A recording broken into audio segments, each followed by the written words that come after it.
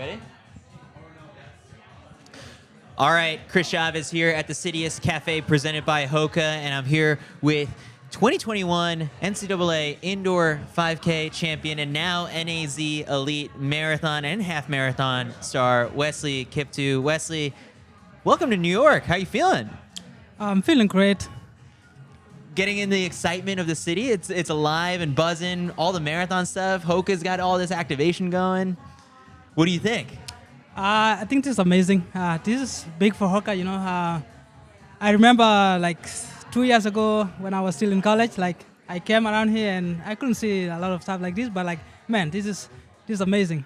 Yeah. Yeah. Now you're here as a marathoner. How does that feel? Like the fact that you're now like everyone loved you when you were on the track with the gloves racing the 5K, and now you're here to run a full 26.2 miles. Like, how do you feel about the distance now? This is your distance. Yes. About the distance, it's a little bit like challenging. At the same time, it's exciting. Like you wanna just like, man, I'm gonna see how I feel. After like 26.2 miles, and actually for me, I think that will be the right distance for me because. Over the years, I've been like doing a lot of long runs, those longer runs, and I've been enjoying it so much. And I think this is the right moment for me to actually try to do the whole marathon. Yeah, because everyone has seen you've run 60 minutes and 35 seconds for the half marathon. You made your marathon debut. You ran 2:10 in Chicago for a personal best. What did you learn about the marathon in your first try? And how did you feel afterwards? Because most people, it's like you can walk away from the marathon and be like, I never want to do that again. But for you, you're back here, so something told you is like, I can do this. I think for me, the first one actually was a little bit challenging, but I took some 1 to 3 lessons. One is just like marathon is the longest event. It needs patience. You need to believe. You have to believe in yourself. Like I can do this, because. It gets tough at the end. But if you don't have that belief, you cannot believe in your training, it's gonna get tougher, But I think it's just a mindset, like I can do this, but I need to be patient enough so that I can finish strong.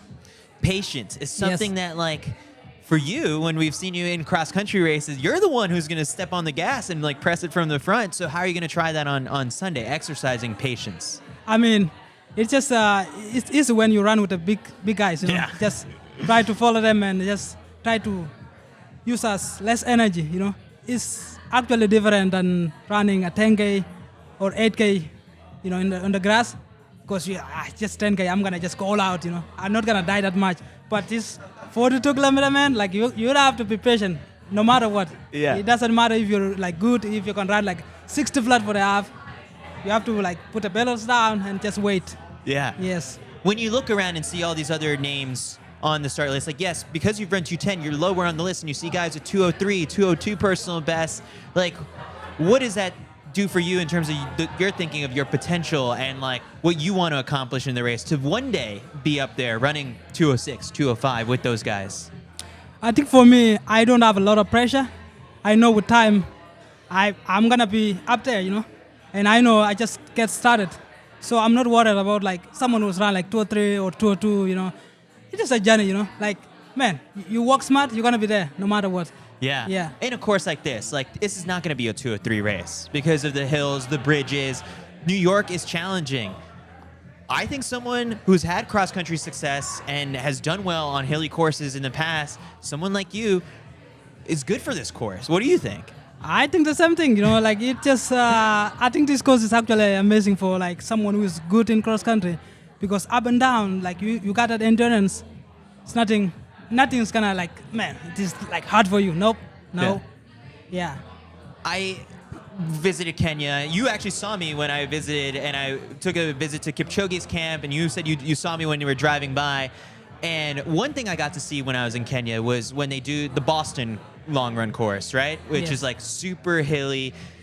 Have you ever done something like that? Like a long run on that sort of course? And like, how do things like that compare when you've gone back and trained in Kenya to the challenging nature of something like New York?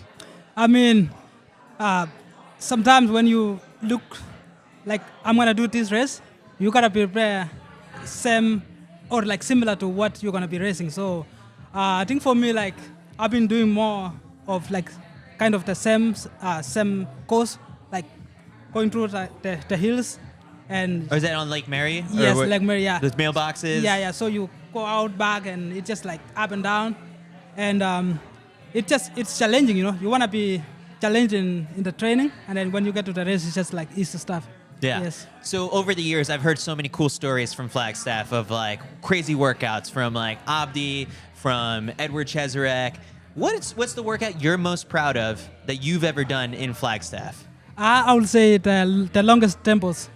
We've been like going so hard, man. Like. All right, tell me the details. How long? How fast? I would say like around like 25K. Okay. You know, like around 302, 303 Okay. per K. So I use kilometers, so it's hard like to convert to Yeah. like miles. I don't know what's that, but it just feels different, you know. In altitude, like man, I'm just moving this much, you know. Like yeah, it brings confidence back. Yeah. Yes. So how is your confidence going into this race? And I think one of the cool parts is that like, you know, when we look at all the names, it's going to feel like cross-country days when it's you and Connor Mans all over again. Are you going to be watching Connor pretty closely in this one? He's got, what, a 208 personal best, and, like, you could get that. I mean, actually for me, I'm trying just to focus like what I can do, you know. Like Yeah. I know these other guys are really good. You know, someone is in great shape, but you know, if you inside, you know, like I can beat this guy, but like I try to like focus on myself first, and then I know at the end I'm gonna beat all these people, you know. Yes. All of them. Yes. I love that attitude that you have, because when Footson was talking to us just moments ago, he was saying, like, one thing I really love about Wesley is that Wesley goes into every race believing that he can win. Where does that belief come from? Because you look at this, you know, we see Tamara Tola is the Olympic gold medalist, but you believe I can win. I mean, it just come from training, you know. Like you've been doing like training, good workout sessions, and you'll be like doing really good, and you know, like you have to have that mindset of winning, so that way things will be easy, you know. If you don't have that, and then you don't want to go to a race thinking like I'm gonna be number 2, you know. It's hard, man. Like before even you go to the start line, it's like what I'm gonna finish, like how it's gonna go, you know. I think it's just like from the training wise, like you get motivated from the training, all the good workouts just keep pushing you, you know, like to the greatest things. Yeah. Yes. Sounds like you're ready to surprise people on Sunday. It will be a surprise. I'm not gonna lie. Yes. I like that. Well, last thing I've got to wonder, and this is what a lot of people are probably wondering, gloves on Sunday? Probably yes. All right. Yeah. All right. Well, Wesley, thank you so much for stopping by. I'm looking forward to seeing you race. Have a beautiful race and enjoy the rest of your New York City weekend. Thank you so much.